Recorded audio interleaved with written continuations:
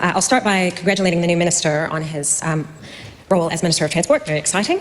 Secondly, I want to acknowledge the hard work of the excellent Transport and Infrastructure Committee on this bill, and I do find that is an incredibly collegial and constructive committee, and I wouldn't have said that about all the committees I've sat on in my time in this House, now 13 years.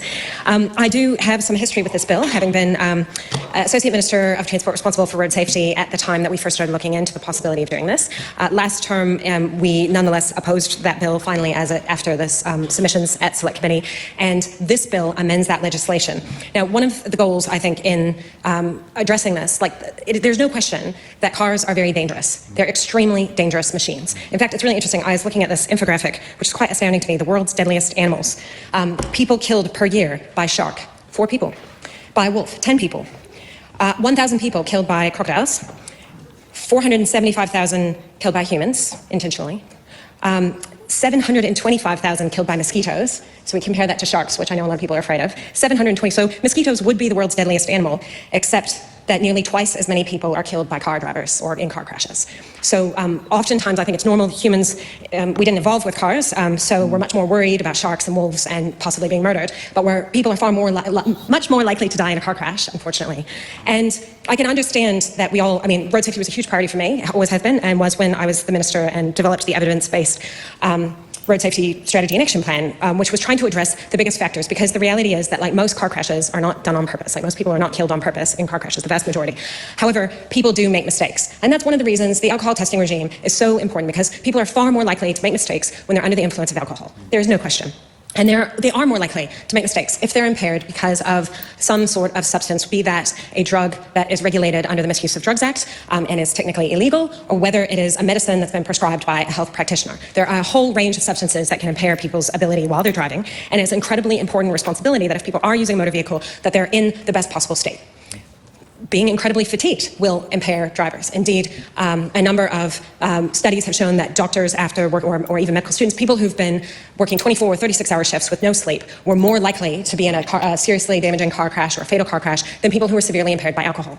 So this legislation doesn't do anything about the fact that some people who drive when they're fatigued will be incredibly impaired and high risk. This legislation by itself cannot solve most car crashes, and will not, unfortunately. And the numbers that are being used, the statistics that have been cited by the government to say that drugs and alcohol are the single largest contributing factor, well, that's only because they've combined drugs and alcohol. If we split out drugs and alcohol, speed trumps both of them. So driving at a speed that is inappropriate for the conditions is more likely to influence, or it's responsible for more fatal crashes in New Zealand than drugs separately or alcohol separately. Unfortunately, the biggest problem, I think, with the legislation and with this approach is that, unlike with alcohol, for most of these substances, presence of the substance in the blood or in saliva cannot be sufficiently correlated to impairment. And we do need a lot more research and work done on that, because it is important that there is some deterrent factor, that people don't believe they can use an impairing substance and then drive. It is really, really important that we do something about that. However, at the Select Committee, we heard from a number of submitters. The majority of submissions were opposed to the bill as it was introduced, and that was primarily due to this problem of the difficulty of reliably establishing impairment from either oral fluid or blood tests. So I'll quote the Law Society, which recommended that the bill not proceed, quoted the Independent Expert Panel on Drug Driving in its submission. The use of oral fluid as a determining feature for immediate sanction raises significant issues. The Independent Expert Panel on Drug Driving has documented a number of the issues, including the unreliability of drug concentration found in oral mucosa as related to the blood concentration, the pharmacodynamics, which significantly alter the amount of drug concentration in oral mucosa, and the link between impairment and blood drug concentration being much more widely known and studied than the oral drug concentration. So, and then we heard the same, from the Royal Australasian College of Physicians. It's just not plausible. And I know it's easy to come in here and say this, but it's not plausible to say the reason for this legislation is because we're really concerned about road safety, and then completely ignore all the experts on every other aspect of road safety. The chief trauma surgeon and the New Zealand Medical Journal wrote extremely concerned, and a whole range of experts have criticized the last minister's policy on speed management as being completely not evidence-based and going to result in more people dying and being seriously injured. So I would accept that argument that people are really concerned about road safety if they were taking an evidence-based approach. And I can understand why many of the members in this House will support this legislation, because they do believe that doing something is better than doing nothing. However, the position of the Green Party is do least harm first. And based on the submissions, based on the expert evidence, based on the fact that we simply cannot establish impairment from the presence of the vast majority of these substances, we cannot support this legislation as it is proposed at second reading, and so we will not. And I just think, the most important thing is recognizing that yes, there is a problem. The question is the proposed solution actually going to address that problem? And at the very least, I do hope that the government will carry on with monitoring and evaluation, because while it is true that there are other jurisdictions that use oral drug testing to screen for illicit drug use and sometimes for pharmaceutical impairing drugs, there is no comprehensive evidence that suggests that that has meaningfully reduced impaired driving in those countries, or that there's been a significant reduction in the number of people being harmed on the roads as a result of those regimes. If there were such evidence, I think it would be a lot easier for the Green Party to support this bill. And the most serious potential problem, I think, was raised in the New Zealand Drug Foundation submission on the bill, which I highly recommend people look at. And they do propose an enhanced model of impairment testing that would actually pick up impairment and not just presence. But there has been a recent study in Australia which demonstrated that when they tested for impairment of people using medicinal cannabis, that those people were not impaired, and yet they still had blood concentration levels that would have received an infringement or possibly even a criminal penalty of THC. So the big issue here is that THC is not like alcohol.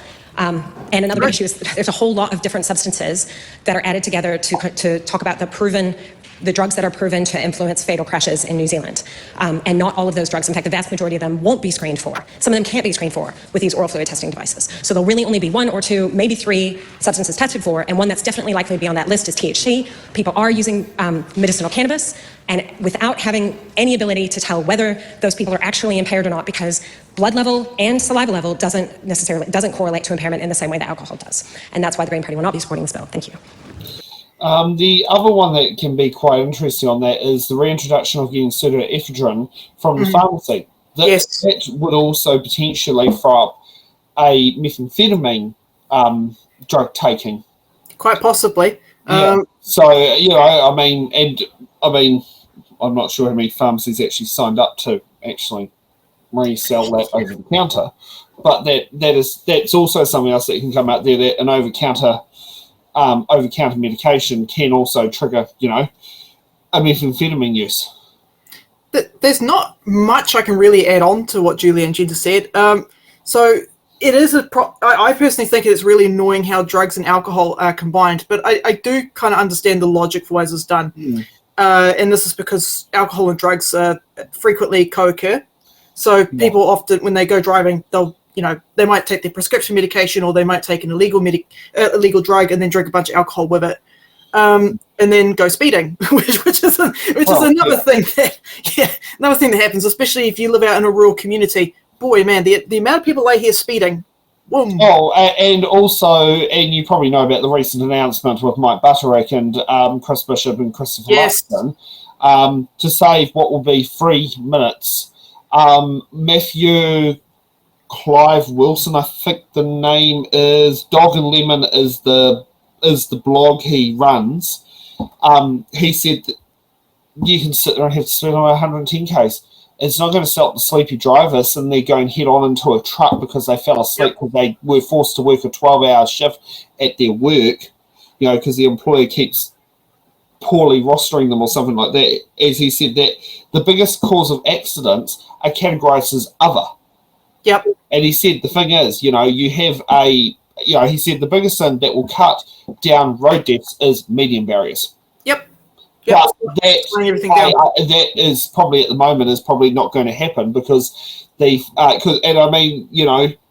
national philosophy is, you can't do it because it can cause all sorts of things. And this is evident in Tauranga on the road out to Katikati. When they went to put some of these safety measures in, people are literally breaking the law to get around it. Yep. And saying, but now I have to drive an extra 8 kilometres because the new roundabout turnaround area is 4 kilometres up the road. Yep. Yeah, and it's but it's about risk elimination. And a lot of people don't see the risk elimination part. You could say drive 4 Ks up the road and drive 4 Ks back, and that could actually be shorter than trying to turn right out of the intersection across 2 lanes of traffic at 80 or 100 kilometres an hour. I just don't understand the logic here.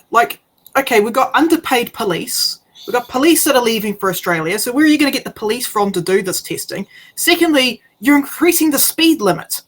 Yeah. You don't think that, you're going to add these two up together. And so what happens when you got someone who's driving on a rural back road? It's you've got a lack of police. You've got someone who's probably had a hoon somewhere, is on drugs and alcohol, and you're just going to end up with more crashes. Well, So, I mean, on one of Simeon Brown's recent decisions, so I was speaking with Deputy Mayor of Wellington, Laurie Foon, today, and she didn't actually realise that.